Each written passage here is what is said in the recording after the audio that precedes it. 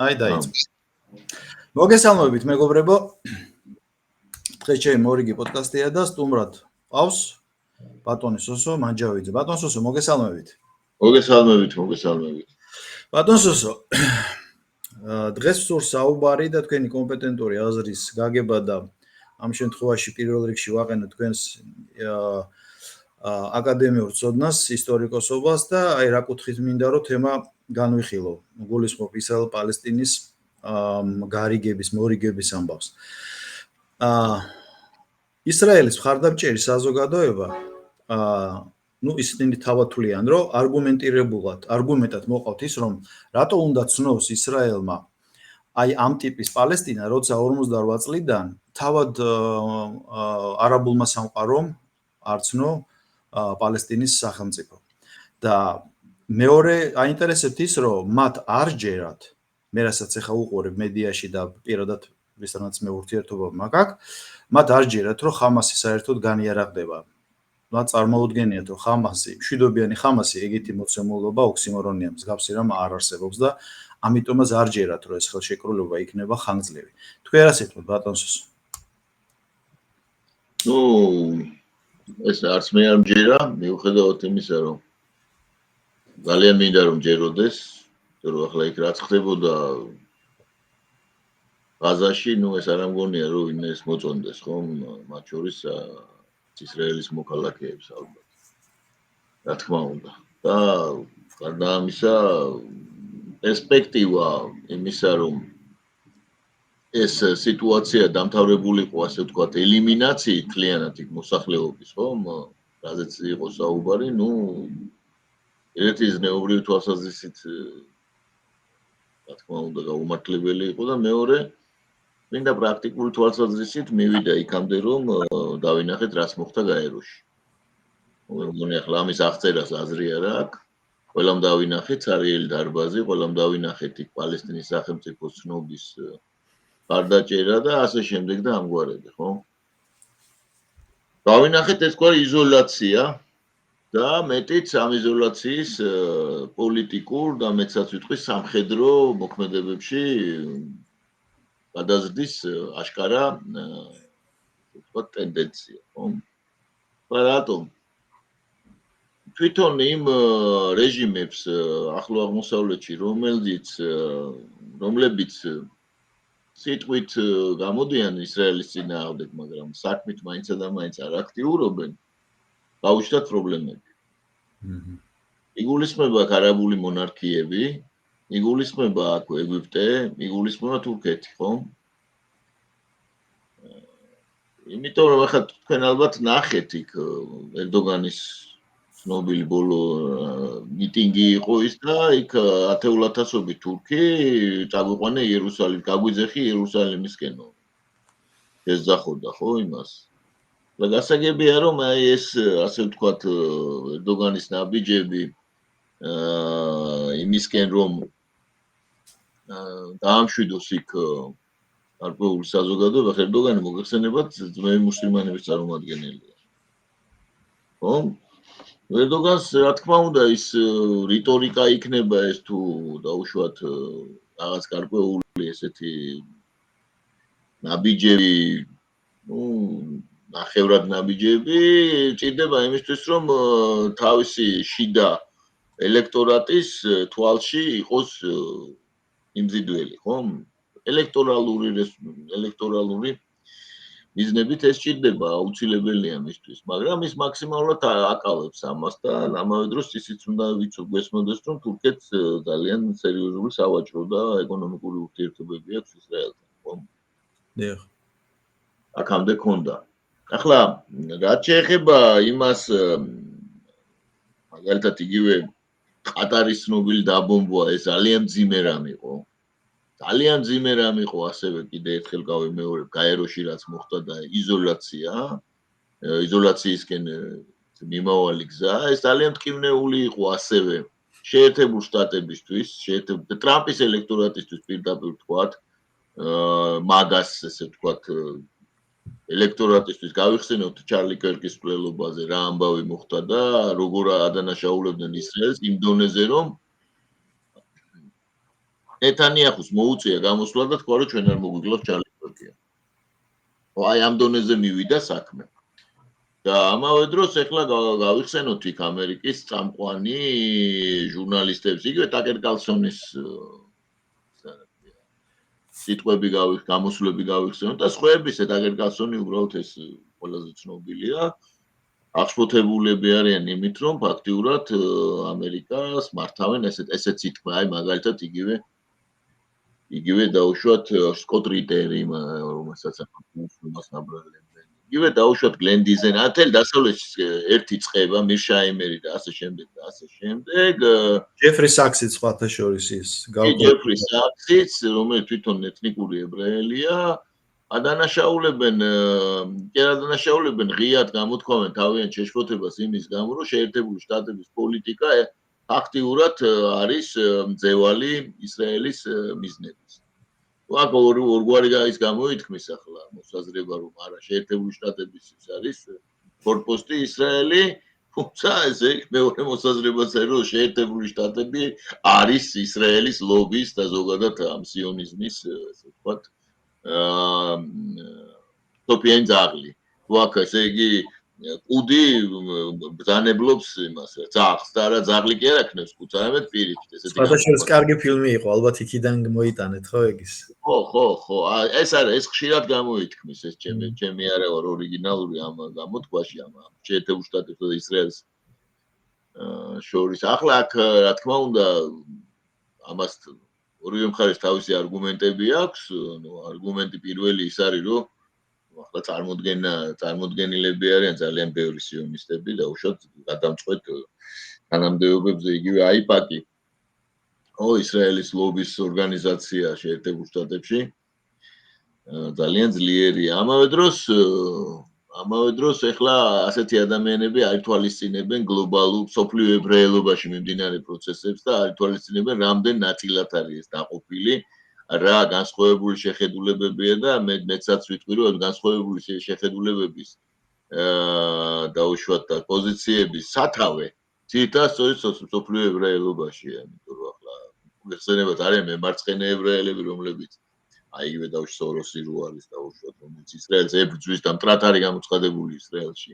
არიან სიონისტები, რომელიც ისრაელის სახელმწიფოს ლობისტები არიან აგერ შეერთებულ შტატებში და მთელ მსოფლიოში. არიან დაუშვათ რელიგიური ებრაელობაში, ბევრი ის არის მიმდინარეობა, ხომ, იგივე დაუშვათ ხასიდები, ხაბადი, იქ დაუშვათ სულად განსხვავებული კიდე კლასიკური იუდაიზმის ესეთი დაუშვათ იქ შვიდობის ყოფილი ებრაელი, რომელიც თვლიან, რომ საერთოდ არ უნდა შექმნილიყო ისრაელი, სანამ მესია გამოჩნდებოდა და ასე შემდეგ, კიდე შემიძლია ვისაუბრო ძალიან ბევრი პოზიციებია.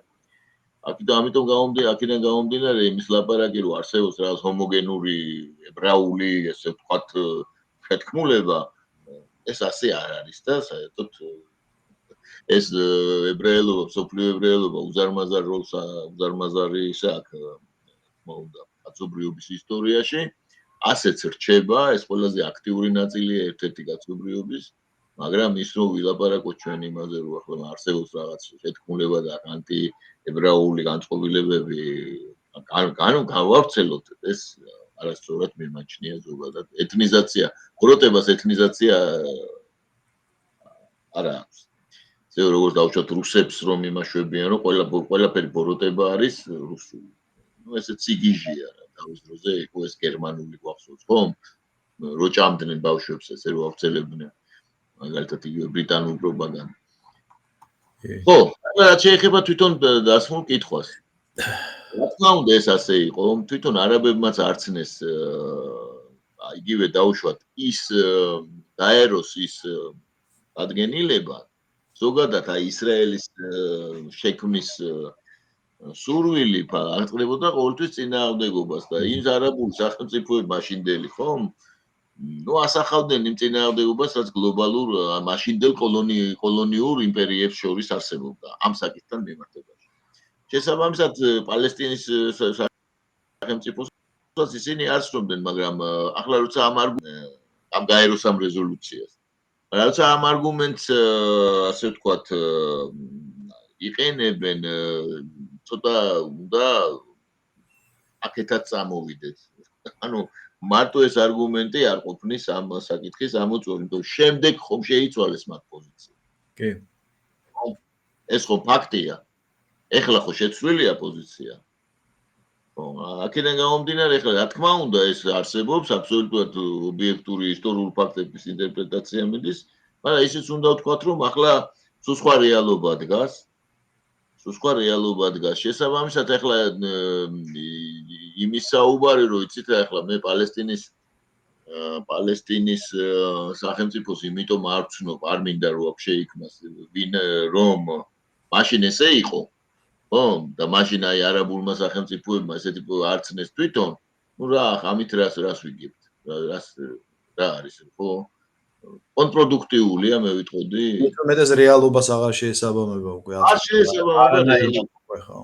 ხო, რო აქედან გამომდინარე, მე მგონი ამით ეს თემა ჩვენ უნდა, ასე ვთქვათ, ამოვწუროთ. კი ბატონო, და ეს ღაზას ისტორია ეს ამ თემასთან რა შეხება აქვს დაუშვათ ღაზას ისტორიას, ხო? ეს ამიტომ იმათმა რო არცნეს ეს, ამიტომ რა. ახლა მაშინ ისიც უნდა ვთქვათ, ხო? ისაც ხო ფაქტია, რომ როგორ შეიქმნა ხამასი. ხო? ხამასი ხო ფათჰის საწინააღმდეგოდ შეიქმნა, და ვინ შექმნა? ხომ ვიცით ვინ შექმნა? ესეც ხომ ვიცით. ყოველ შემთხვევაში ყურებს მიღმა გაატარეს და თვალებს მიღმა და შეიქმნა. არა, ეს ხო ცნობილია როგორც შეიქმნა. ეს არც იმალება. ეს შეიქმნა როგორც გამაწონასწორებელი ფათჰის. მე ვეღარ გაკონტროლდა და მე ვიღეთ ეს იასინი, გახსოვს ხო ეს რა ისტორიებიც იყო? არ მინდა ხა თუ გინებავთ ამას დეტალურად მოვყვევი, მაგრამ რა საჭიროა? გახსოვს ეს გავიდა კონტროლის ქვეშ და მე მივიღეთ აი ის რაც მივიღეთ, აი ეს საშინელი ტრობა. ფათჰი რა მოგეხსენებათ აი ეს პალესტინის განთავისუფლების ორგანიზაციის გასაწონასწორებლად შეიქმნა ეს, მე შეიქმნა გარდაიქმნა პოლიტიკურ პარტიად. აჯდა ეს თელა პალესტინელ მოსახლეობაში. მე არჩევნები მოიგო. არჩევნები მოიგო და გადაიქცა ესე ვთქვათ აი პოლიტიკურ ძალად. ახლა როგორ გინდა დაუშვათ? ახლა ამ ტერაქტის შემდეგ ამ 7 ოქტომბრის საოცარი მოვლენის შემდეგ, ოქტომბერი იყო ხო თუ 7 ოქტომბერი. საოცარი ესე იგი ტერაქტის შემდეგ დადგა საკითხი რომ ამას ვინაიდან ყველა უჭერს ხარს ანუ უმრავლესობას აირჩია უმრავლესობა ამასი ამიტომ კოლექტიური პასუხისმგებლობა დგას ღაზას სექტორში ცხოვრები პალესტინელების ვინაიდან ეს საშინელი ტერაქტი მოხდა თუმცა ამ ტერაქტის შესახებ ძალიან ბევრი კითხვებია და რაც უფრო დრო გადის მით უფრო მეტი კითხვები აღმოცენდება და სწორედ ომის დამთავრების შემდეგ მოხდება ეს და ჩვენ ამის მომსწრე ვიქნებით თუ ვიქენით ცოცხალი და ესე თუ არის მოვლენებმა არ გადაფარა ეს ასეც იქნება ამ კითხვებს ახლა ის 11 სექტემბრის ტერაქტის შესახებ ახლა უკვე ბავშვებიც კი ლაპარაკობენ, აი ესე იქნება ესეც, მაგრამ ახლა რა კოლექტიური პასუხისმგებლობა, ანუ დაუშვათ ბიბლიური ისტორიები გავიხსენოთ, ხო? კოლექტიურ პასუხისმგებლობაზე, დაუშვათ ქანაანში შემოჭრისას, ხო? ისრაელის. დაახლოებით ესე აზროვნებდა ეს რელიგიური რაღაც ესეთი მიდგომა ჰქონდათ და მივიღეთ ეს აოცრება საშინელი ისტორია მართლა ძალიან ცუდი და ამან გამოიწვია ის რომ ისრაელს ფაქტიურად აი ეს დამცავი ფარი რომ ისინი არიან ესე ვთქვათ მსხვერპლი ხო არაპროვოცირებული აგრესიის და ჰოლოკოსტის და ასე შემდეგ ხომ აი ეს ფარი გაცვდა ასე ვთქვათ ამის შედეგად ზუსტად რაც ხდებოდა ღაზაში იმედია რა ვიცი იმედი არ არის, მაგრამ ნუ ჩვენ უნდა ვისურვოთ ქართველებმა, რომ ეს ტრობა რაღაცნაირად ფუპირება მოხდეს. იმიტომ რომ ეს ურთიერთგამანადგურებელი ტრობაა. საბოლოო ჯამში ეს არც ისრაელს და ებრაელ ხალხს აადგება, ვინც ცხოვრობს ისრაელში. ბუნებრივია არც იმას. ახლა ის იდეები დაუშვათ ერეც ისრაელი და დაუშვათ ირანის განადგურება და ყველასა იმის განადგურება კიდე ჯამში იწვევს კონსოლიდაციას ამ უზარმაზარი სივრცის ისრაელის წინააღმდეგ, რაც ნამდვილად არ არის კარგი, იმიტომ რომ ჩვენ მხოლოდ სიკეთე გვინდა უსურვოთ ებრაელ ხალხს. და ბოლო ჯამში. და ასეც უნდა რომ როგორც სხვა ხალხებს. რა თქმა უნდა. თვითონ აი შეხვედრა რო იყო დასკვნეთი, იქ ყველა შენიშნა და აღნიშნა კიდეც, რატო არ იყო ნეთანიაჰუ? რითი იყო ეს გამოწვეული, თქვენ როგორ ფიქრობთ? უბრალოდ ზედმეტი იყო და გაღიზიანება არ უნდა გამოეწვია ალბათ თუ ზუსტად ასე. ზუსტად ასე. იმის ხელმოწერას იგი იქნებოდა თუ არ იქნებოდა, დიდი არსებითი მნიშვნელობა არ ქონდა. მე ასე ვფიქრობ. გასაგებია. ეხლა აქ კიდე მნიშვნელოვანია აბასწინად გაეროს ასამბლეაზე, როცა პალესტინის სახელმწიფოს აღიარება მოხდა, ჩდება კითხვა, რომელი პალესტინა აღიარეს, მდინარე იორდანის მარჯვენა სანაპირო, სადაც ფათხია და ასე შემდეგ, თუ მთლიანი პალესტინა, სადაც უკვე ღაზად შედის. ამასაც კითხვებია და გაგიარეს დიახ. მარჯვენა სანაპირო. და ეს ღაზა სექტორი ეს ანუ ასე როგორც იყო, როგორც არის საერთაშორისო გაეროს რეზოლუციებში როგორც იყო, აი იმ საზღვრებში. იმ საზღვრებში, იმ ფარგლებში აღიარეს სახელმწიფოდ. აქ მნიშვნელოვანი კიდე ის არის, რომ როგორ მოიქცევა ეგვიპტე. მე რესპონდენტებთან ამ კითხვას ხშირად ვსვავ და რა კუთხით, რომ მაგრამ ეხლა უფრო გამწვავდა ეს კითხვა და ამიტომ ვსვავ თქვენთან კიდევ ერთხელ გავიმეორო და დავსვა. აქ ეგვიპტეს მოუწევს როგორც შანს იმ ახალი პალესტინის ფარგლებში, ანუ ახალი ფორმაციის ფარგლებში აშენებული სახელმწიფოში ბევრი პალესტინელი ალბათ ვერ დარჩება, გამომდინარე იქიდან მათი წამსისა და სოციალურ-პოლიტიკური ხედვისა. მე გულისხმობ თავად ხამასელებსაც. მით უმეტეს მათ თუ ეგეთი საოცრება მოხდა და იარაღი ჩააბარეს. ან უნდა განადგურდნენ, ან ყველაზე დიდი არეალი მათი თავშესაფარისა არის ეგვიპტე. ეგვიპტეში ვიცით რომ ხელმძღვანელი არის სისი, რომელიც პირდაპირ მოწინააღმდეგე არის ამ ძმები მუსლიმების და როგორ მოხდება ეს გარიგება ამ მილიონამდე, 2 მილიონამდე იყვნენ, მაგრამ აღარ არიან ახლა 2 მილიონი ფაქტია, მაგრამ თუნდაც მილიონი ან 9 მილიონი ვიცი გარისურებს დარჩენას ამ ამერიკულ პროტექტორატში თუ ბრიტანულში, როგორ ჩამოყალიბდება. სად უნდა წავიდეს ეს ხალხი? თქვენ როგორ ფიქრობთ? ეგვიპტე მიიღებს ამას? ახლა მან არის რაც გახმაურდა და არის ის რაც არ ხმაურდება, ეს არის ძალიან დიდი სახსრები, ფაქტიურად ლაპარაკია ერთგვარად შესყიდვაზე. ყიდვაზეა ლაპარაკი. ანუ ეგვიპტეს მარტივად ფულს მიცემენ, რომ მან ეს ხალხი მიიღოს. არა მარტო ეგვიპტეს, სხვებსაც თავაზობდნენ და არც იმალება ეს ხო ტრამპი პირდაპირ აჟღერებს ამას, რომ მას სურს იყიდოს ეს ყველაფერი. და იყიდოს მათ შორის ადამიანებიც, ანუ ისინი ვინც გადმოიბიროს. აქ ჩართულია ხო ცხადია გარკვეული არხები, მიმდინარეობს ეს გაცხოველებული მოლაპარაკება, რომელიც ახლა ბუნებრივია ვერ გამოვა პრესის და ტელევიზიის ესე იგი საზოგადოებრივი ყურადღების იმაში აქტიურ ზონაში, მაგრამ მიმდინარეობს ეს მოლაპარაკებები, მიმდინარეობს ეს სპეციალური კონსტიტუციები. ისინი ცდილობენ რომ ეს გაიწოვოს ამ ყველაფერმა, იმგვარად რომ ისრაელს არ მიადგეს ის ზიანი, რომელიც მიადგა უკვე, ხომ? ახლა კი რაც დავიწყეთ, ხო, ჩვენ ახლა დაიწყო რა პროცესი ახლა ეს ძალიან მტკივნეული რამ მოხდა იქ აეროში. ძალიან ნეთანიაჰუ თვითონ თქვა ჩვენ უნდა მივეჩვიოთ ავტარკიას, დამოუკიდებლად ცხოვრებას და ახლა ისრაელი დამოუკიდებლად და ესე იგი იზოლირებულად როგორ უნდა იცხოვროს, ხო, წარმოუდგენელია ახლა მისი სტრატეგიული სიღრმის გათვალისწინებით, განწყობის გათვალისწინებით, რომელიც მის გარშემოა და კიდე იმ მოვლენების ისეთი განვითარების გათვალისწინებით, რომ ამ განწყობებს რაც მოყვება, ხო? განაერთ ხო ეს რომ წარმოუდგენელია. ეხლა ირანის შემდეგ მე მგონი ყველამ დაინახა, ხო, როგორ შეიძლება განვითარდეს მოვლენები და ეს მაინც ადამიანს ეს განვითარება ძალიან სახარბიელო არ არის ეს ის ძველი ომი, როდესაც დაუშვათ ისრაელი ანუ ყოფილად ბატონობდა დაუშვათ ჰაერში და ტექნოლოგიურად და ასე შემდეგ ჩვენ დავინახეთ ხომ ის სარაკეტო დარტყმები. რაც თავარია კიდევ ირანი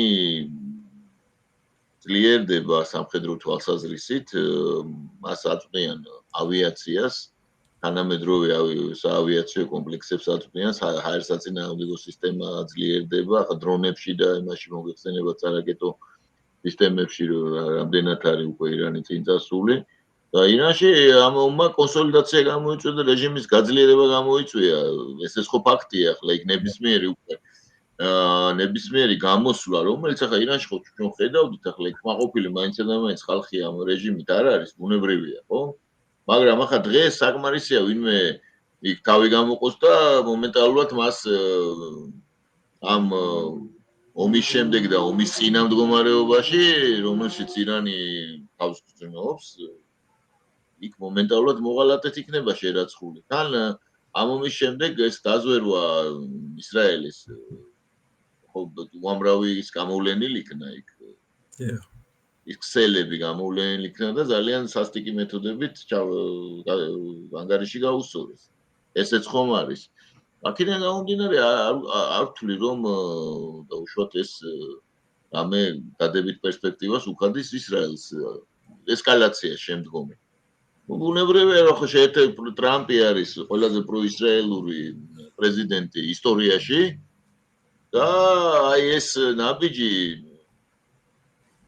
რაც ნახეთ ტრიუმფალური ჩასვლა ტრამპის მისი რაღაც საოცარი ზეიმით დახვედრა როგორც გადამრჩენელს ისე დახვდნენ ხომასეა და სწორად დახვდნენ როგორც გადამრჩენელს მეცაც ვიტყვი ვინაიდან ეს ძალიან ჭკვიანური ძალიან დროული ძალიან ისეთი კარგად გათვლილი აქცია რაც ტრამპმა ჩაატარა ესე იგი ხომ ამას საშუალება მისცა ერთგვარი ნიველირება მოეხდინა დროებითი მაინც იმ კრახის რაც მოხდა გაეროში და რასაც შედეგები მოყვება ხო ბუნებრივია ხო და მართლა უნდა დავაფასოთ ახლა პრეზიდენტ ტრამპის ეს ნაბიჯი ეს ერთგვარი რა ვიცი შანსს აჩენს დეესკალაციის თუმცა მე ვიტყოდი რომ ეს შანსი არ არის ისეთი იმგვარი რომ დაუშვი იძლეოდეს ოპტიმიზმის საფუძვე მაინც ესე განვითარდება. ზოგიერთებს ახლა რა თქმა უნდა გონიათ რომ ეს ყველაფერი წინასწარ განსაზღვრულია, მაგრამ ვარწმუნებ მარს რომ მოულენების ერთ ადამიანის გონებისთვის ძალიან მოულოდნელი სცენარებითაც ვითარდება. სცენარით ვითარდება ძირითადად.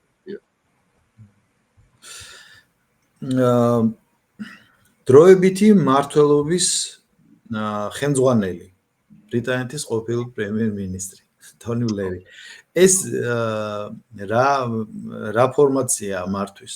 ან ბრიტანელები და ამერიკელები როგორ პოზიციონირებენ? უკვე მაინტერესებს აი წმინდა წყლის ამ ორი სახელმწიფოს გადანაწილება აი ამ სექტორის. არა, თვითონ ტონი ბლერის ფიგურა რომ არის აქ ჩართული, ეს არის სწორედ ჩემი ესე ვთქვათ პესიმიზმის ესე ვთქვათ საფუძველი. რატომ? ვინ არის ხა ტონი ბლერი? რითი დაგვამახსოვრა ტონი ბლერმა თავი? ერაყის ესე ვთქვათ ისტორიით, სადაც ის მონაწილეობდა კოალიციაში და ასე გადანაშაულებდა იმას. სადამ ხუსეინს მასობრივი ერაყის გამოყენებაში და მე განაცხადა რომ ბოდიში ესე შეგვეცდა. ანუ იმ დიდი ფარსის მონაწილე იყო. ნუ დიდი ფარსის ასე ვთქვათ აქტიური მონაწილე ერთ-ერთი ესეთი თანაავტორი მოდი მე ასეც ვიტყოდი და რასთავარი ბოდიში მოიხადა ახლა. ნუ ბოდიში მოიხადა რას ნიშნავს ახლა გვესმის ჩვენ ახლა რამდენი ასეული ათასი ადამიანის დაღუპვა მოხდა ამ საშინელი ომის შედეგად, ხო? ავანტურის შედეგად, ხო? ახლა ეს ტარისტვის დაუშვათ რა ერთი სადამ ხუსეინის ჩამოსახჭობად მოხდა ესა სიტყვაზე ამისთვის სხვა მეთოდებიც არსებობს, ხო? და რამდენი უამრავი ადამიანი დაიღუპა, ხო? და ბოდიში მოიხადეს. ნუ ახლა ასეთი მაღალი რეპუტაციის მქონე ადამიანი რომ მიდის იქ, ნუ ბუნებრივია რომ ეს არაჩენს ოპტიმიზმს. თუმცა ახლა ჩვენ უნდა გვესმოდეს ახლა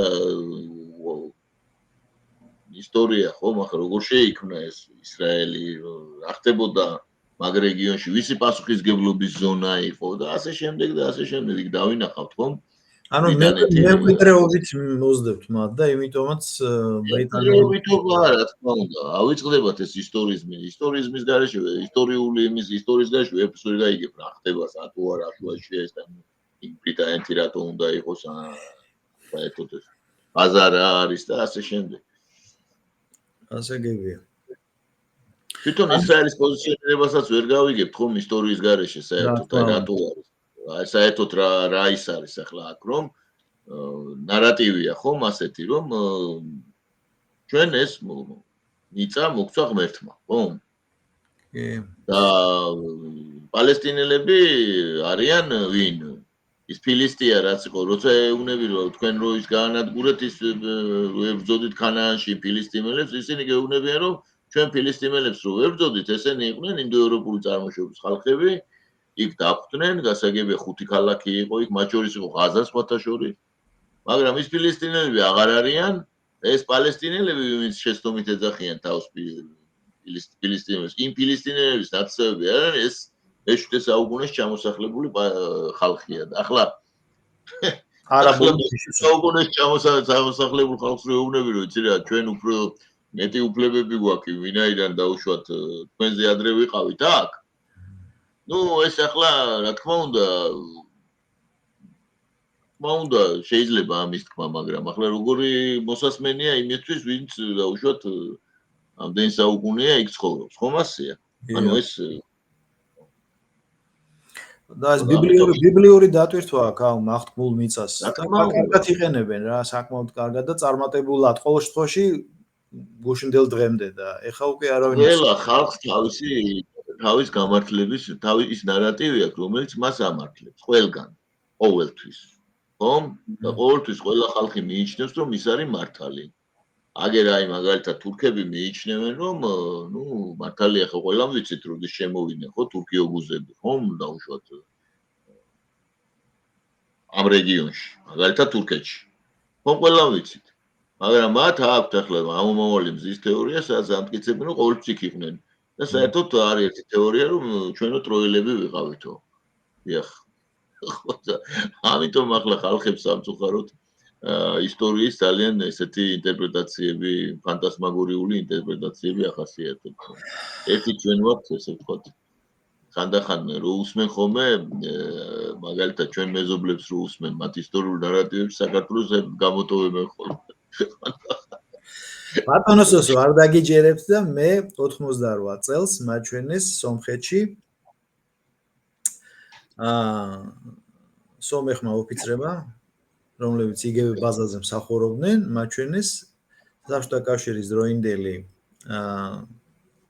სომხეთის ისტორიის წიგნი, გეოგრაფიული ისტორიული არ მახსოვს სათავე, სადაც ჩვენ არ ვიყავით. ხო, ნუ ახლა ბარა სად ვიყავით ახლა ჩვენ ვართ? და იცით რომელი პერიოდი იყო ზუსტად სპეციალურად ვეძებ, რომელი საუკუნეებია მეთქი და ესე მე-11 მე-13 საუკუნეების დროს, ესე იგი იქიდან რა ქვია. აი ეგ მე-11 ორ ზღვას შორის იყო დიდი სომხეთი. ნუ ამაზე ჩვენ კი ვიხუმრეთ ახლა, მაგრამ მათ უარ ეხუმრებოდათ, იმიტომ რომ აგით პროპაგანდა იყო ეგეთი და ერთი თუ მოვიცალე ამ რუკებზე უნდა გავაკეთო ერთი გადაცემა. აი ამ რუკებს როდებენ საერთოდ, ხო? ეგ არის დიდი სიგიჟე და სისულელე. სინამდვილეში ეს სულ სხვაგვარად ეს რუკები მაშინ არ არსებობდა აი მაგ პერიოდში. დაუშვათ და ახლა როდებენ რომ აი ის რუკებს ქსენოფონტეს და ის რა ქვია. აი მე მეცინება ხოლმე რუკები ნუ რომ უნდა ნახოთ თქვენ ეს რუკები დაუშვათ მე-14 მე-15 აი ნელ-ნელა კარტოგრაფიის განვითარება კარტოგრაფიის ისტორია ეს არის ცალკე საგანი და თუ მოვახერხე რამენერად აი ამ კარტოგრაფიის ისტორიას ესე იგი კარგი გავაცნობ ფართო მაყურებელს და მათ შორის ის ისტორიაში ჩვენ როგორ ვართ ასახული ნუ იქ კიდე სხვადასხვა სახელები ერქვა, სხვადასხვა 1000 კონტექსტებია, მაგრამ მაინც და საქართველოს ანუ სხვადასხვა სახელებით, მაგრამ საქართველოს ჯორჯია თუ სხვადასხვა სახელებით, ხო? ყოველთვის იყო იქ სადაც ახლა ვართ. უფრო სამხრეთითაც იყო, უფრო ისიც, მაგრამ ძირითადად აქა ვართ. სადაც იბერია და კოლხეთი რა. ნუ კაი. ჩვენ მართლა მეგონი ერთადერთი ერი ვართ, რომელიც მართლა ღმერთს მიბარებული ვართ ჩვენი ბედიღბალის ამბავში. დანარჩენს ყველას პატრონი გამოუჩნდა ამ დედამიწის ზურგზე. პატრონი ერთმანეთს პატრონობენ, მაგრამ ყველა ღმერთის ქვეშ დავდივართ, როგორც იტყვიან რა. ასე რომ ყველას პატრონი ღმერთია მაინც. გააჩნია თუ არ გაექცევი და მაინც ამას ეშმაკის ფარველობას არ ეძებ. იმ ანეკდოტის არ იყოს, ხო? შენ მაინც არავინ მიგიღებცო. ხოთა იმასაც ნუ გააბრაზებ. ეშმაკსაც ნუ გააბრაზებ. ერთი ის რა ქვია, ასე ვთქვათ, შავი გაგების გურული ეკლესიას აშენებს და შენ იქ მაინც არავინ მიგიღებს მამამისი ეუბნება და ეშმაკსაც ნუ გააბრაზებ. არ გავაგზავნე. ბატონსო და ახლო აღმოსავლეთის თემა რომ დავასრულოთ. ალბათ დროებით, თორე ეს თემა მე მგონი ულევია და ჩვენ ალბათ კარგი ხანი ამის გარშემო ვიტრიალებთ. მოსკოვში ჩასული იყო ისრაელის პრეზიდენტი, დროებით მმართველად არის იგი წოდებული ალ-ჯულანი, ნუ მე მაგას გოლანელ ბიჭად ბოდიში სირიის, ხო, ალ-ჯულანი გოლანელ ბიჭად მოვიხსენიებ. როცა მონოსტრიმი ჩავწერე, ესე შედარებაც კი გავაკეთე, ბარმალეი შევადარე რა, ერთ დროს გაბურძგნული და თავზე შემოხვეული იმითი რაღაც თავსაფარი და მე უცებ კოსტუმი ჩაიცვა, წვერი დაუდავლეს, კაც დაამსგავსეს და გაეროს ხდომაზე სიტყვით გამოვიდა ყველა მკუხარე ტაშით შეეგება და აი დღეს უკვე მოსკოვშია. რა მანევრი არის ეს რუსეთის მხრიდან? უბრალოდ გამოუვალი სიტუაცია და უბრალოდ უნდა აღიარონ დე-ფაქტო სიტუაცია მით უმეტეს იქ ორი ბაზაა თუ ზუსტად აი ისრაელ-პალესტინის კონტექსტშია ეს ყველაფერი? ნუ ჩვენ უნდა გვესმოდეს რომ სირიის ნებისმიერი რეჟიმი, მათ შორის ასადის რეჟიმიც ასევე, ხო, ძალიან მყიფეა. რომ ხანგრძლივმა მომებმა, მაგრამ სანქციებმა ძალიან ძიმე კვალი დააჩნია სირიის ეკონომიკას, რომელიც ნუ საშინელ კრიზისში. ამავე დროს სირია არის კონფესიონალურად დაყოფილი ძალიან, იქ საშინელი ამბები მოხდა ალავიტებთან, ქურთებთან, დრუზებთან, ქრისტიანებთან დაკავშირებით, რაც მოვიდა ეს ალ-ჯოლანი. ამის გარდა ჩვენ ასადის ასე უეცარი დაცემის მიზეზებზეც უნდა გქონდეს გარკვეული წარმოდგენა, ხო? რა ხო? და მისი კლანი სად არის საერთოდ, ხო, რომელიც გაიქცა. ან რატო გაიქცა და რა ხდებოდა იქ, რამ გამოიწვია ესეთი უეცარი კოლაფსი. რუსეთი რჩება მაინც, მიუხედავად იმისა, მისი გავლენა დრამატულად არის შემცირებული. რუსეთს და მის სპეცსამსახურებს აქვთ გარკვეული, ესე ვთქვათ, მექანიზმები იმისათვის, რომ თავისი ინტერესები დაიცვან. ახლა ბევრი ახლა ინტერესების დაცვაზე როცა საუბრობ ჩვენ, ბევრს გონია, რომ ეს არის რაღაც ძალიან ლეგალური და ნათელი და ასეთი საუბრები იქ. იქ საუბარია მაგალითად რეჟიმის გრადობის გარკვეულ მექანიზმებზე, ფინანსურზე მაგალითად, ხო? აი ასადი მაგალითად ეხლა მის მიმართ ძალიან დიდი რისხვა ხალხშიც მაგალითად იყო იმით გამოწვეული, რომ ასადის კლანი ღიად სირიაში იყო გახსნილი თანამედროვე სინთეტური ნარკოტიკების, ესე ვთქვათ, მთელი წარმოება ჰქონდათ, ხო? წარმოებები ჰქონდათ. ეს წარმოებები ჰქონდათ როგორ ეხლა თუ რეჟიმს არ ქონდა ლეგალური, ასე ვთქვათ, სანქციების გამო რეჟიმი ვერ არსებობდა ლეგალურად და ეს გადავიდა ლეგალურ, ასე ვთქვათ, ნარკობიზნესში ჩაერთო. და ამაზე ალბათ ეცოდინებათ და ბევრი სკანდალური ამბავი იყო, რომ მექანიზმებით გადაკონდათ იგივე ნარკოტიკები, იგივე საუდის არაბეთში მაგალითად. სხვა ქვეყნებში და ზოგადად ეს იყო უკვე არავისთვის არ იყო დამალული. ნუ ახლა ზოგადად ეს ნარკოტიკები საერთოდ ძალიან დიდ როლს ასრულებს, თამაშობს თანამედროვე და დაუშვათ იგივე მე-19 საუკუნის გეოპოლიტიკაში. ჩვენ ხო გვახსოვს ბრიტანეთის იმპერიამ როგორ დაანგრია ჩინეთი. ხო? სწორედ ნარკოტიკების მეშვეობით. და როდესაც მეფე გიორგის ელჩები წარუდგნენ იქ იმპერატორს, მან უთხრა რომ ჩვენ არაფერი ესეთი არ ვჭირდება, ხო ჩინეთი იყო გიგანტი მაშინ და სოფლიოს როგორ დღეს იყო სხვათაშორის დღეს არის დაახლოებით ისე ყველაფერს აწარმოებდნენ ჩვენ რაში გვჭირდება ეს უხეში ნივთებიო საჩუქრებზე თქოსა ჩვენი ხელოსნებიო ამაზე გაცილებით დახვეწილებს ამზადებენო მეფე მეო პატივსცემოდ მეფე გიორგის იმასო გეორგის სურვილს გახდეს ჩემი ქვეშევრდომიო მაგრამ ეს ნივთები ასე განუცხადა გაოგნებულ ბრიტანეთის დელეგაციას და ზუსტად ესე იგი 60 წელიწადში ზუსტად არ ვიცი დაახლოებით 60 წელიწადში პეკინი აიღეს და როგორ აიღეს აიღეს ისე რომ ნარკოტიკების ფაქტურად დააჩლუნგეს მთელი ჩინეთი და ომიც მოიგეს ორი ომი მოიგეს და პეკინი აიღეს რომ წარმოვიდგინეს ნარკოდამოკიდებული გახადოს მთელი ქვეყანა უცებ მთელი ქვეყანა და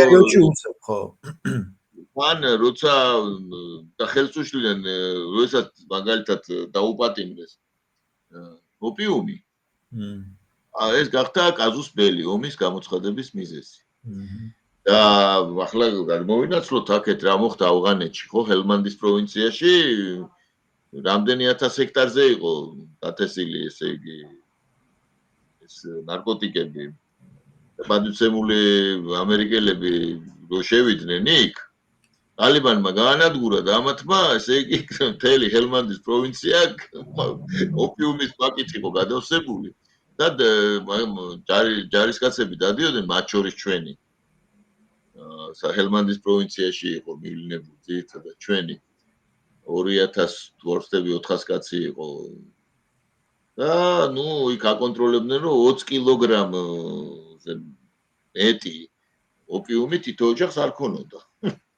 წარმოგიდგენიათ ხო და ახლა შევიდა ტალიბანი და ისევ დაიკლო ამ ისევ ესე იგი გადაწვეს პლანტაციები გადაწვეს ხო რა თქმა უნდა ეს ეწინააღმდეგება მათ რელიგიურ შეხედულებას უნებრივია ხო არ უნდათ რომ ეს იყოს ავღანეთი ესე ვთქვათ ნარკოტიკების ბუდე აი ეს არის ახლა რაზე ვთქვი ხა სირიაში ეჭვი მაქვს მე რომ ეს ალჯოლანის ესეთი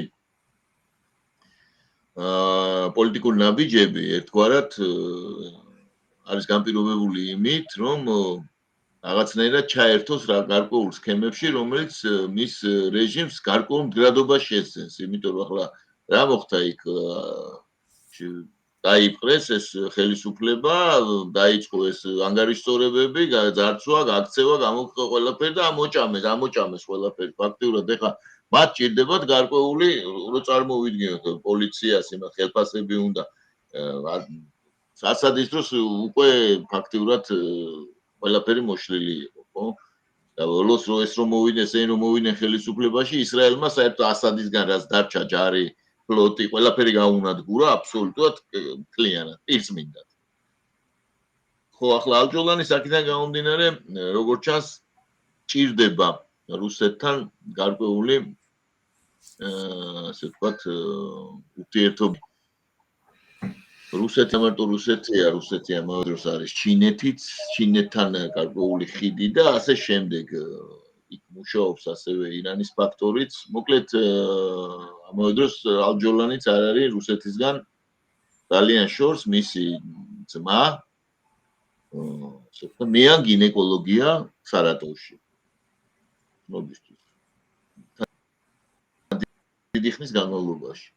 ასე რომ არ გაუჭირდა კომუნიკაციების დამყარება. აი ესეთი ნიუანსებია. ესე იგი პრინციპში ეს შეხვედრა ორხრივად დაინტერესების მომენტი იყო, ხო, ალბათ, როგორც თქვენ ბძანეთ. რა თქმა უნდა. სერიალებს ჭირდებათ უბრალოდ დახმარება და არა მხოლოდ მატერიალური შესაძლოა მომავალში დაჭირდეთ რუსეთი როგორც დამაბალანსებელი ისედაც ნახევრადდანგრეულ ქვეყანაში და რუსებს ალბათ იმიტომ რომ ბაზები, ხო?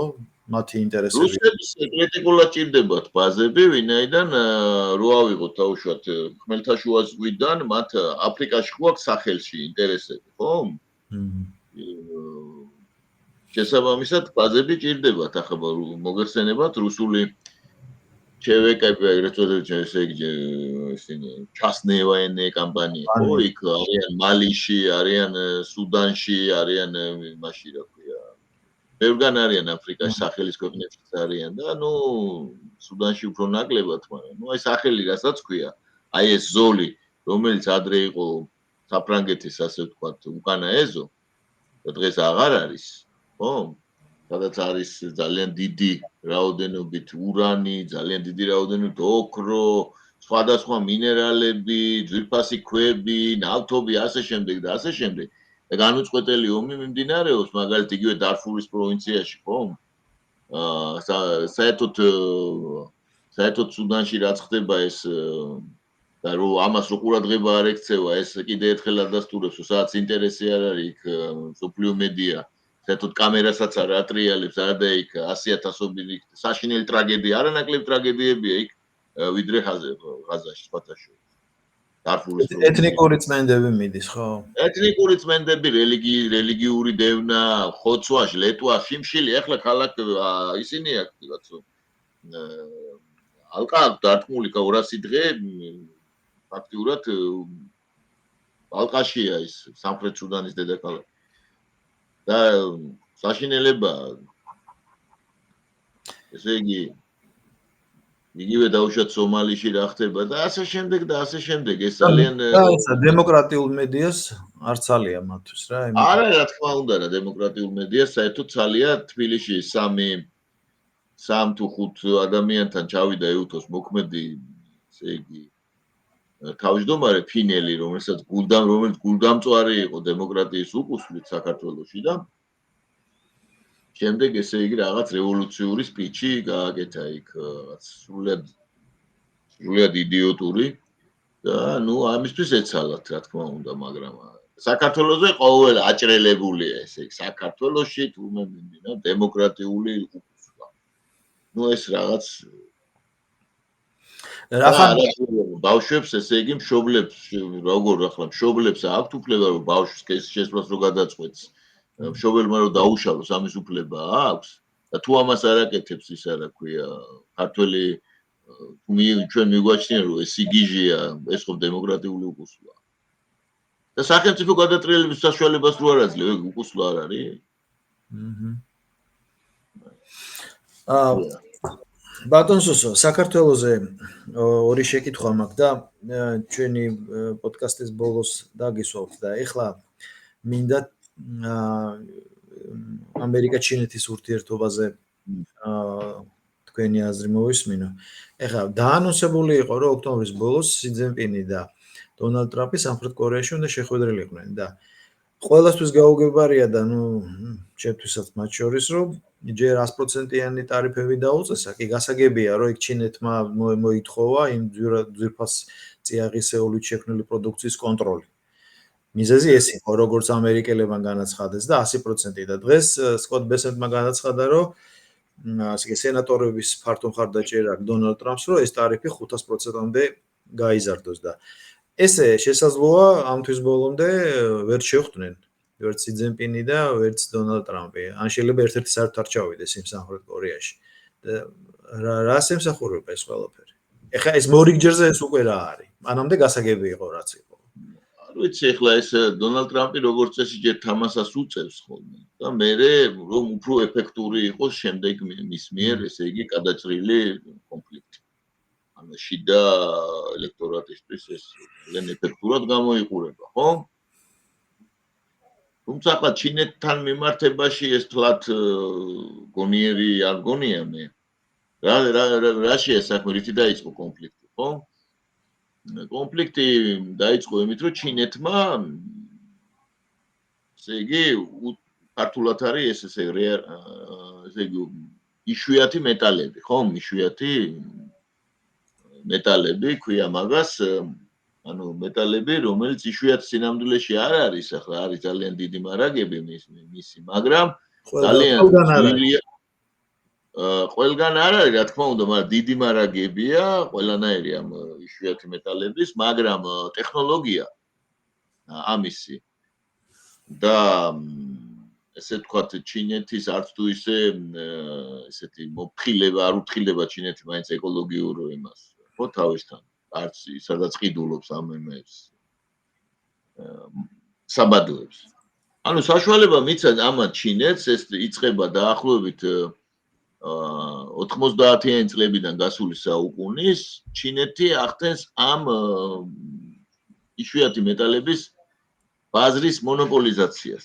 ახლა რა არის ეს იშვიათი მეტალები?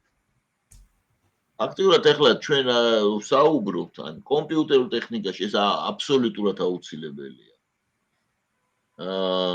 ელექტროძრავებში აბსოლუტურად აუცილებელი, კოსმოსურ მრეწველობაში, ხელოვნური ინტელექტი რაც ეხება ამას, ფარმაციაში,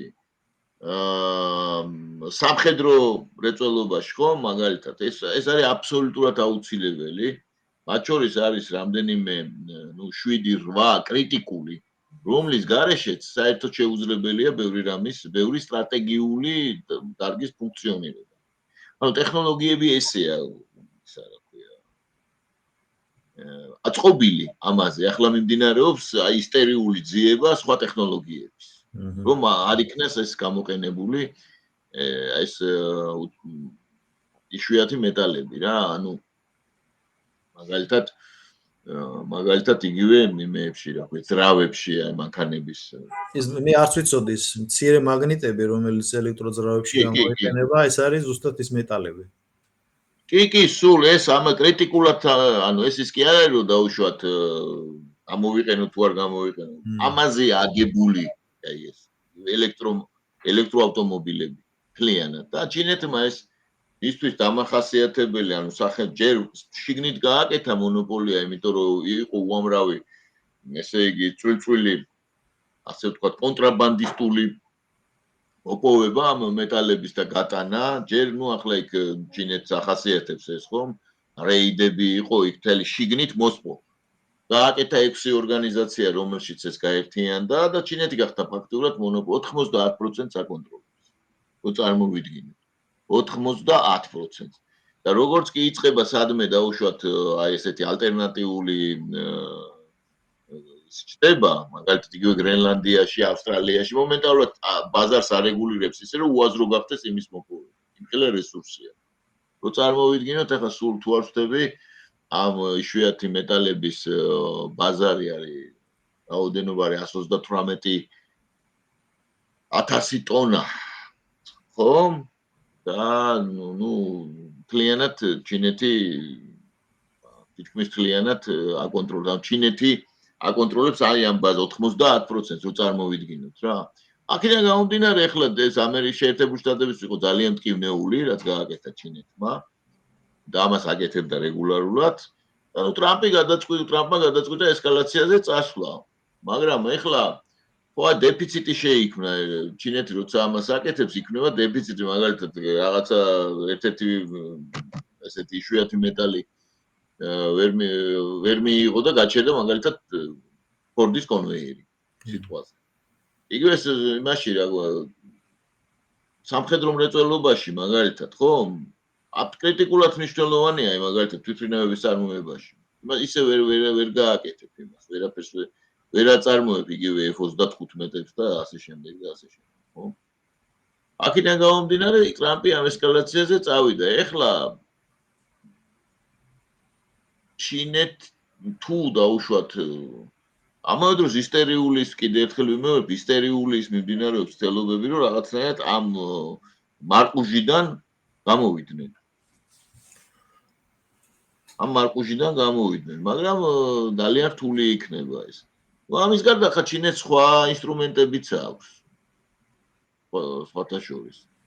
იმიტომ რომ დიდი ხნის განმავლობაში ახლა ამერიკელებმა ფაქტიურად დაკარგეს კომპეტენციები, იმიტომ რომ წარმოება როცა არ არის კომპეტენციას ხო იკარგება რა. ეხლა ტესლა რო არის იქ დაუშვათ ჩინეთში, რატო გადაიტანა ჩინეთში მან? თავის უზარმაზარი ქარხანა რო აქვს ელონ მასკ, რატო? იმიტომ აქ რომ ახლოს იყოს წყაროს. ხო, ნედლეული. არა მარტო მუშახელი, თავიდან ესე იყო მუშახელი და არა. რა თქმა უნდა, ნედლეული. რა თქმა უნდა, რომ არ იყოს დამოკიდებული ამ იმაზე, რა ქვია. სავაჭრო ომებზე და პოლიტიკურ გართულებებზე რა, ამიტომ, მაგრამ, ფაქტია, რომ დღეს ჩინეთი უპირობო ლიდერად გადაიქცა უკვე ამ ელექტრომანქანების წარმოებაში. და არა მარტო ამაში. ამას ალბათ ახლა ამ განვითარებას ჩვენ განვითარების პროცესს უკაცრავად ჩვენ დავინახავთ ალბათ თვის ბოლოს, ხო? ან შედგება მათი შეხვედრა და მოლაპარაკება, ან როგორ განვითარდება. ეხლა ალბათ წინასწარ რამის გამჭრეტა ალბათ რთული იქნება რა ბატონსო. უბრალოდ რას ვფიქრობ, იცით რომ ეხლა ისრაელი-პალესტინა მეტნაკლებად დაარეგულირა, ყოველ შემთხვევაში დააკონსერვა მაინც და ახლა გეგმაში ქონდა წყნარი ოკეანის აუზში თავის ინტერესების გაძლიერება. და აი ეს საპროცენტო სატარიფო კონფლიქტები, მოდი ასე დავარქვათ, შესაძლოა რომ წყნარი ოკეანის აუზის გაძლიერებაში იყოს ზუსტად გათვლილი, ანუ იგივე ტაივანის მომენტი და ასე შემდეგ. ჩინეთს დაიყოლიებს ამაზე, როგორ ფიქრობთ? მე მეეჭვება რომ ჩინეთი რამე კომპრომისზე წამოიღებს. გასაგებია. მეეჭვება, იმიტომ რომ ხა ჩვენ კარგად უნდა დავინახოთ ვინ არის სი ძინპინი, ხო? უნდა უშუალოდ ეს იმპერატორია.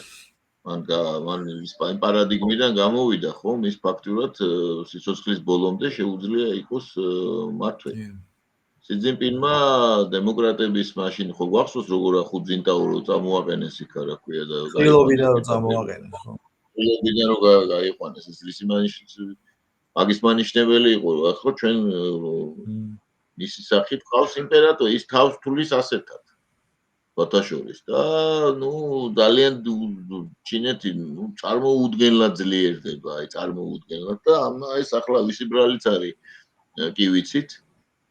ძალიან ჭკვიანური პოლიტიკა რო აწარმოა დიდმა იმან რა ქვია ამერიკელმა დიპლომატმა კისინჯერმა და რომელსაც რატომღაც მიიჩნევა დიდი სტრატეგია იყო, რა სტრატეგია იყო და დაალესინა მთელი ესე იგი თავის ამერიკელებს დიდხანს ალესინებდა და მათივე დასაკლავ დანას და ერთი ჩერჩილი იყო დიდი სტრატეგი და მეორე ერთმანეთ დაამხოთა ბრიტანეთის იმპერია და დაენგრა თავზე და მეორემ კიდე შეერთებულ შტატებს მიაყენა გამოუსწორებელი თავის მაგათმა დაგეგმეს მაგათმა და მაგან დაიმანა რაგვარი იყო ის ნიქსონმა ნიქსონის მმართველობის დროს გენრი კისინჯერმა მიიღო ნობელის პრემიის ლაურეატობა ვიეტნამის ომთან დაკავშირებით.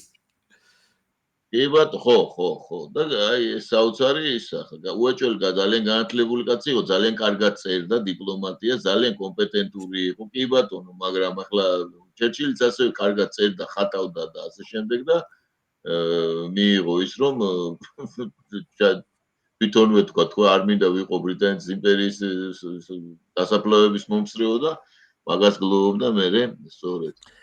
ხო, ასე რომ მან ჩინეთის მე არ ველოდები რომ ჩინეთი წავა რაიმე კომპრომისზე.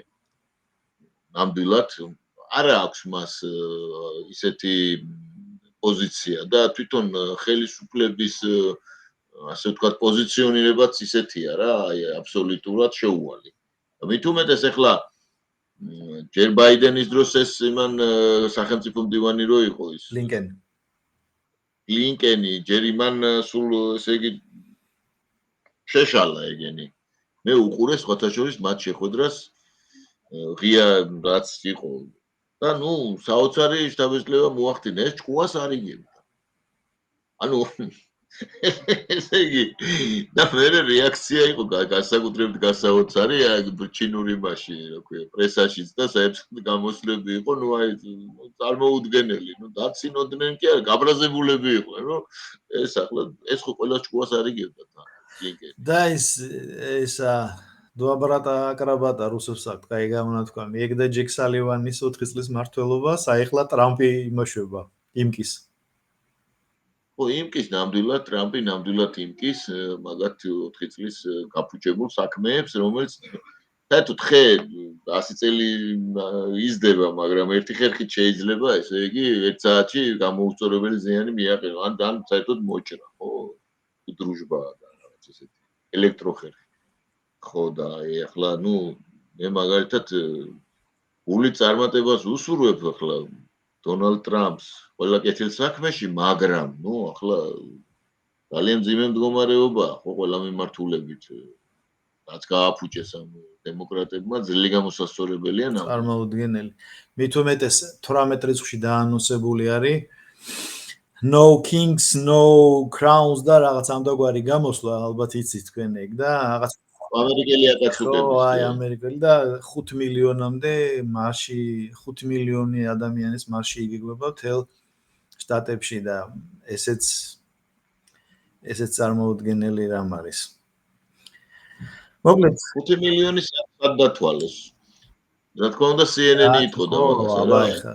ეკონომიკალი ტელევიზია, ჩვენთანაც აქ ესე იგი 5000 კაცი გამოვიდა და 75000 იყო. როგორც თქვენ ამბობთ ხოლმე TV პირველი და როგორ TV უკანასკნელი, ხო?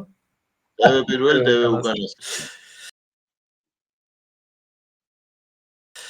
და ბატონსოსო და საქართველოს ზანეთ 2 წუთის წინ და ფინეთის პრემიერ-მინისტრი ჩამყო მედიაში შემდეგ გავცა ინფორმაცია სხვათა შორის დასავლურ მედიაშიც ითქვა და რუსეთმაც აჩვენა რომ ესეთი ის იყო სათაური რომ საქართველოს პრემიერ-მინისტრმა არ მიიღო ფინეთის პრემიერ-მინისტრი და იქ იყო ესეთი განმარტება რომ საქართველოს ოფიციალური ხელისუფლება ბრალსდებს ფინეთის პრემიერ-მინისტრს რომ იგი დესტაბილიზაციას ხელს უწყობს. დიდი ალბათობით ეს ასეც ხდებოდა, იმიტომ რომ ჩვენ არაერთ ამდაგვარი იმის რა ქვია ქმედების მომსწრენი ვიყავით, მაგრამ ამჟამად ეხლა ეს რა იყო? მართლაც ეს იყო? მართლაც მიტინგზე გავიდა და იმიტომ არ მიიღო კოპაღიძე თუ პირიქით მოხდა? არა, მიტინგზე გავიდა ჩვეულებრივად და იქ რაღაც აუცრებები თქვა კიდე და ნუ ბუნებრივად არ მიიღო და არც უნდა მიიღონ. ახლა ესენი ღიათ ბალტიისპირეთის ქვეყნები და ფინეთიც ნუ ახლა შიშობს და შიშობს კი არა, ახლა ნუ ისინი მათ უჭირავთ ღია სრული პოზიცია რუსეთის მიმართ და არც რუსეთი აკლებს, ხო? ანუ მოწინააღმდეგეები არიან ჩვენ მოძიესები, ხო? ამ ეტაპზე პოზიციონირებენ როგორც მომავალი, ასე ვთქვათ, ომში ჩაბმული მხარეები. ანუ ბალტიისპირეთი პირდაპირ ახლა, ხო? განლაგებულია იქ ნატოს, ასე ვთქვათ, შენაერთები, ფინეთიც ნატოში შევიდა. და ახლა ღიას ემზადებიან, იძახიან რომ 30 წლისთვის მზად იქნება რუსეთი ომისათვის, საერთოდ გერმანიაში მოუწოდეს კათოლიკურმა ეკლესიამაც გონი მოუწოდა ომისთვის მზადებისკენ და ასე შემდეგ, ხო? ახლა ამიტომ საქართველოს ისინი განიხილავენ რომ აი საქართველოს უნდა ესე იგი შეუერთდეს ამ ფერხულს. და როდესაც ხედავენ რომ ახლა საქართველოს მაინცა და მაინც არ იწვის ესე ქართული ხალხი იმ სურვილით რომ რუსეთს ეომოს იმის გამო რომ გეოპოლიტიკური ისა აქვთ ერთმანეთთან გაუგებრობები, ხო? ჩაერთოს პროქსი ომში ყოველგვარი დახმარების გარეშე ბუნებრივია, ხო? ნუ ეს აღიქმება როგორც ანტიდასავლური, როგორც პრორუსობა უпростоრე. ამასთან ერთად როცა დაუშვათ გაუგებარია რა კავშირშია ამასთან აუნჭურვალობის შესახებ კანონი, როგორ არის ეს, ესე იგი, ევროპის საწინააღმდეგო და პრორუსული, ან გაუგებარია ასევე ოჯახის დაცვის შესახებ მიღებული კანონი, ხო, ბავშვების დაცვის შესახებ მიღებული კანონი, როგორ ეწინააღმდეგება დაუშვათ ამ გეოპოლიტიკურ ამოცანას, მაგრამ იმდენად არიან ესენი იდეოლოგიზირებული და ამ თავიანთ აბსურდებში გახლართულები მართლაც. ერთდროულად ესე იგი ომისთვის ემზადებიან და თან იღებენ სტრატეგიას იმის შესახებ, რომ მშობლებს არ ქონდეთ უფლება ჩაერიონ ბავშვის გადაწყვეტილებაში, როცა ის გადაწყვეტს დაუშვათ სქესის შეცვლას. და იმ შემთხვევაში თუ დაუშვათ სქესს შეიცვლის და ამას მშობელი სქესის შეცვლას გადაწყვეტს და მშობელი შეუშლის ხელს, ამაზე რა ესე იგი სანქციები უნდა იყოს და ამას თუ არ შეუერთდება კიდე რომელიმე სახელმწიფო ამ ნათელ მიზანს ევროკავშირის, ხო? ეს მის მიმართ რა უნდა განხორციელდეს. ახლა ასეთი სიგიჟე და ავადმყოფობა ბუნებრივია იწვევს ქართველი ხალხის ჯანსაღ ნაწილში სრულიად გარკვეულ გზნობებს, ხო, რომ არც ის გინდა, რა ქვია, მოკავშირე, არც დახმარება, არაფერი არ გინდა, ხო, ასეთ შემთხვევაში. მანამდე ხომ სისხლი გაგვიშლეს, გინდა თუ არა გეი პარადებით, რატო არ ატარებთ გეი პარადებს, დემოკრატიული უკუსლაა, რას ქვია ესე იგი გეი პარადი და რატო არ გიხარიათ ესე იგი, რატო არ წერთ ამ იმას სკოლებში რატო არ შეგავთ ეს სახელმძღვანელოები, სადაც ესე იგი მიმღებლობა ექნებათ ბავშვებს ამ LGBT-სადმი და ასე შემდეგ აფინანსებდნენ ამ იმას გეი იმას. უბრალოდ პრაიდ, თბილისი პრაიდი იყო ამ რევოლუციური სხვათა შორის იმის მოძრაობების სათავეში, ეს საქართველოში ხდება თან წარმოვიდგინე შუა კავკასიაში და ასე სისხლი გაგვიშლეს, სრული ამ სიტყვის მნიშვნელობა, ხო? ახლა ამერიკაში ეს ღვთისმსხალობით რაღაცნაირად მაგარ ორ შემთხვევაში ფედერალური მთავრობა ამას ებძვის მეტნაკლებად დემოკრატიულ შტატებში კვლავ იგივე მდგომარეობაა, როგორც ვიცით, ხო? კი. ხო და ნუ ბუნებრივია ეს დემოკრატიული შტატები და ევროკავშირი ეს ერთი სისტემაა და აი ეს გაერთიანებული ეს გლობალისტური თუ რა ქვია როგორც გინდა ისე დავარქვათ სატანისტური ერთობა საქართველოს ესე იგი ერჩის. აქ საუბარი არ არის იმაზე დაუშვათ რომ არავინ არ ამბობს იდეალიზმი, არ არის განწყობილი ისე რომ ეს არის იდეალური ჩვენთან რაღაც სიტუაცია და ეს მთავრობა არის აბსოლუტურად საშტაფლინავენ, ყველა მთავრობას აქვს თავისი ნაკლოვანებები, მაგრამ სამწუხაროდ ბევრი ჩვენი თანამოქალაქე ვერ არჩევს დაუშვათ რა არის საშინაო პრობლემა და რა არის გარემტრის გარე ისა მტრის ინტერესები, მტრული ინტერესები მოდი პირდაპირ ვთქვა და ეს უღურებენ ერთმანეთს, ესე იგი, რახან კორუფცია, ესე იგი, მე მინდა რომ ეს სისხლიანი გადატრიალება, რომელიც გარედან არის ინსპირირებული, მოხდეს. აი ესეთი ისიც გვაქვს და ბევრია სხვათა შორის ასეთები ემიგრაციაში, რომლებიც ხშირად აქტიურობენ ხოლმე თავიანთ უაზრო და აგრესიული კომენტარებით. საკმარისზე მეტი ბატონოსოს. ხო და მათ ვის საკმარისზე მეტია, ხო, მან კი ნუ ვაშკაცობენ, არამედ ამერიკიდან თავისუფლად შეიძლება, მაგალითად, პოკროვსკში გამგზავრება სხვათა შორის. არის ჟეშუვში ჩავიდნენ პოლონეთში და აქედან კი ნუ იგესლებიან, არამედ თავიანთი ეს პოზიცია გამოხატონ ფიზიკურად. ფიზიკურად გამოხატონ, თუ ძალიან ერჩით გული, ხომ?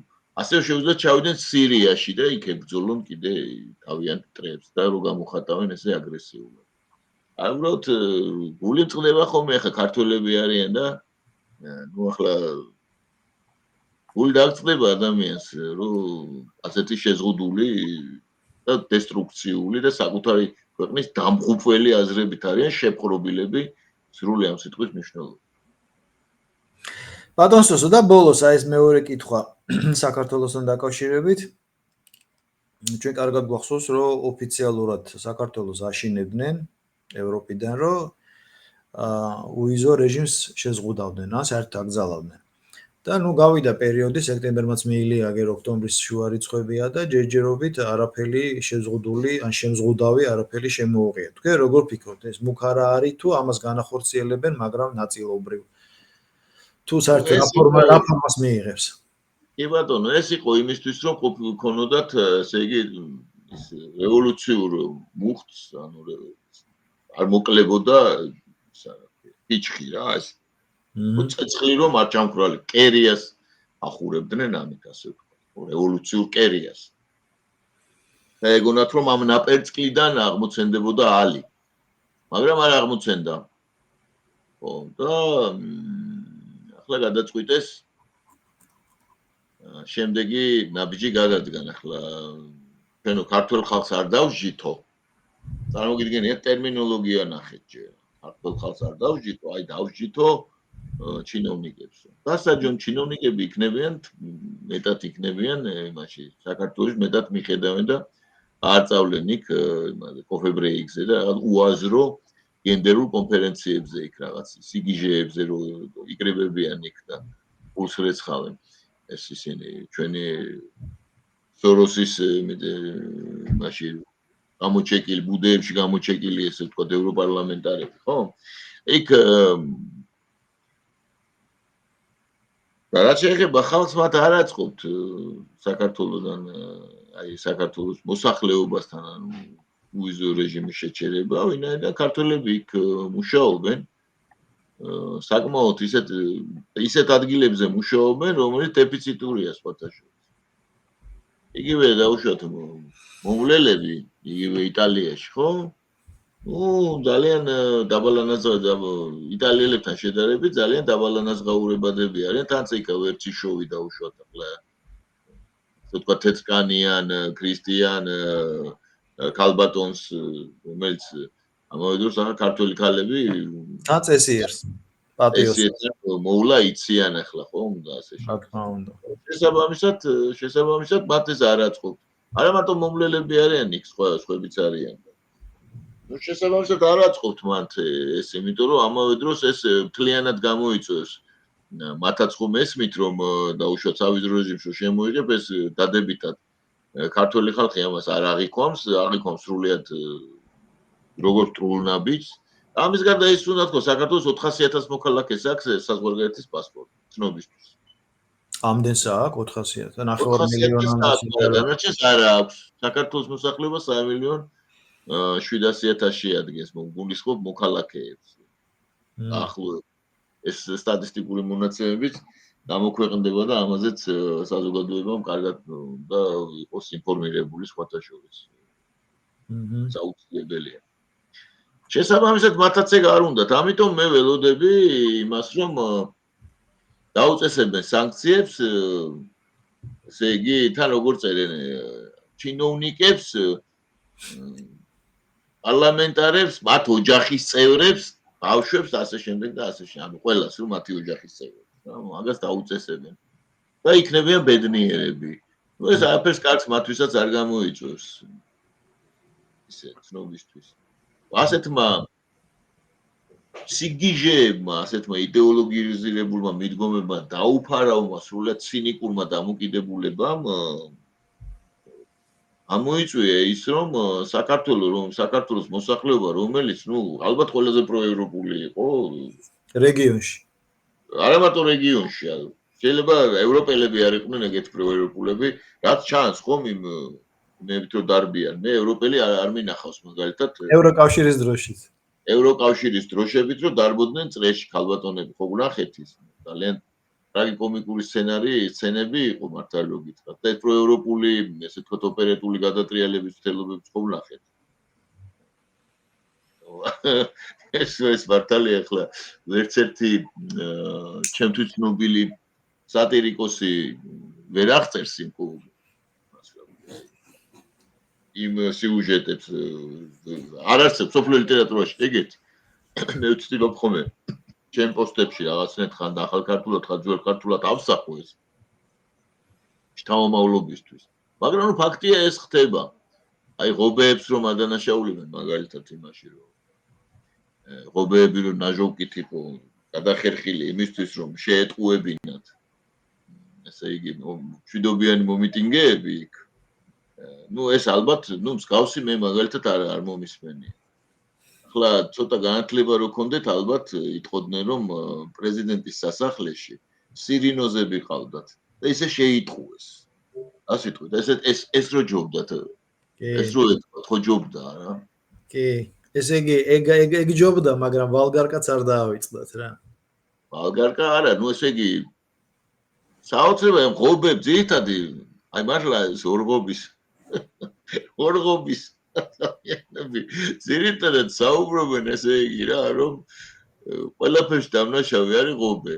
და ამის ღობეები რო გადაიქცა, ამ მომიტინგეების ნაწილი ალაყაფი არ გადაიქცა და ალაყაფს ეჯაჯგურებოდა. და მერე შევიდნენ იქა, ესე იგი შევარდნენ იქა და მიისწრაფოდნენ იერიშის მისატანად რამდენიმე ათეული იყო ადამიანი, გამოვიდა სპეცრაზმი ერთი 10 კაცი და სპრეი მიასხეს და ესე იგი უკუიქცნენ.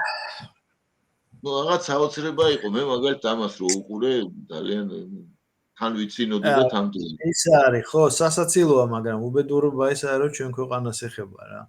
რა თქმა უნდა, მაგრამ უბედურება ის იქნებოდა. კიდევ უფრო მეტი ტრაგედიის მომენტი ამ ტრაგიკ კომედიაში მეტი იქნებოდა, ტრაგიკული მომენტი, რომ დაუშვათ მართლაც გაბედულად მიეტანათ იერიში მეტი ძალები და მართლა შევარდნილიყვნენ იქ. იქვე დაბოდიალობდა მოხეტიალობდა ლეგიტიმაცია ქალბატონის სალომე. ესე იგი ეს გეგმა ქონდათ არა? რა თქმა უნდა ქონდათ, აბა რა ახლა მე თქვენ ბძანეთ, ერთ-ერთი თქვენი ყავით პირველი ვინც ბძანეთ, რომ შესაძლოა თუ რო შეაღწევდნენ, შესაძლოა იყო რომ დაუშვათ დიპლომატიურ კორპუსს ეცნო ის როგორც ლეგიტიმური ხელისუფლება და თქვენ ბძანეთ ხო და მეც მოყვებით ამაში რომ ყოველ შემთხვევაში ეხლა აი უნარობის ფონზე ნუ ყველაზე ქმედით უნარიანი ეგ იქნებოდა ან გამოვიდოდა ან არა მაგრამ ხო ღირდა საცდელად არა ნუ კრიზის გამოიწვევდა ხა ერთს წარმოვიდგინოთ რომ დაუშვათ შევარდნენ იქ ნუ დაუშვათ ერთი 200-300 კაცი შეიჭრა იქ სცენა რა შევარდა იქა დაუშვათ მიიყვანეს იქ ქალბატონის სალომე რომელსაც მიმართა სალომას სტრუქტურა იქ არის ახლა რა თქმა უნდა ჟურნალისტები ყველანი მივარდნენ ტელევიზიაც იყო ხო მზად უკვე იქ რა თქმა უნდა ყველა იყვნენ და მიმართავდნენ ელჩებს მიმართავდნენ საერთაშორისო საზოგადოებას რომ ქართულმა ხალხმა დაიბრუნა აგერ ლეგიტიმური ძალაუფლება აგერ არის ბატონო ლეგიტიმური ხელისუფალი ქალბატონის სალომე ამას ხო თავისი რეგალიები თან დააქვს ხო და ნუ ასე შემდეგ რა მოუწოდებდნენ ძალოვან სტრუქტურებს რომ გადმოდით ჩვენსკენ და ნუ ასე გამაგრდებოდნენ იქ ასე ქონდათ განზრახული რა დაახლოებით ასეთი ბოდვითი იდეები მათ ტვინში მოიხარშა წარმოვიდგინეთ რა ნუ ახლა იქ რა თქმა უნდა გამოვიდოდა იქ ელჩები გამოვიდოდნენ და მოუწოდებდნენ ხელისუფლებას რომ არავითარ შემთხვევაში არ გამოიყენონ ძალა შვიდობიანი მომიტინგეების წინააღმდეგ და ლეგიტიმური პრეზიდენტის იმის რა ქვია სალომე ზურაბიშვილის წინააღმდეგ და აი ასეთი ისინი ქონდათ ასე ხო, ესეც სამუშაო გეგმა იყო რა. სამუშაო გეგმა იყო, ხო, რაც არ უნდა ახლა საოცრება იყოს და მე როცა დაინახეს რომ ნუ ხა რა თქმა უნდა აქ რა მოხდა კიდე. ნუ ამ გეგმის შესახებ ცხადია იცოდნენ.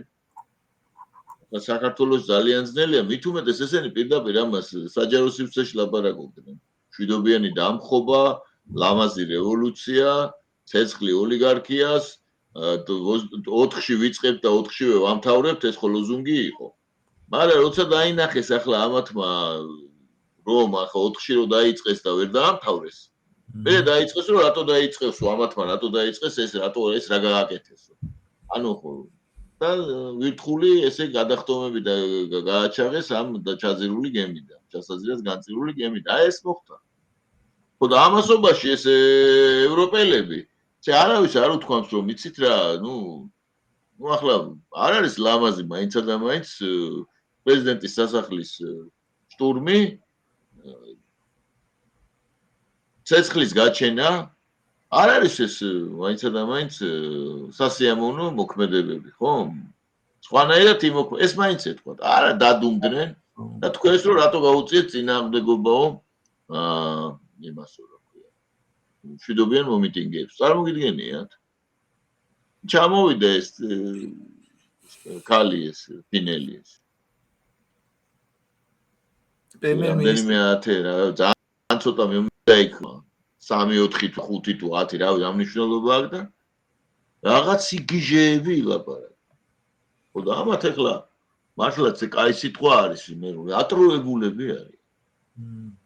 სრული ამ სიტყვის მნიშვნელობა. და დაიტეხენ თავზე რაღაც უბედურებას, რისთვისაც რისკენაც მიისწავენ.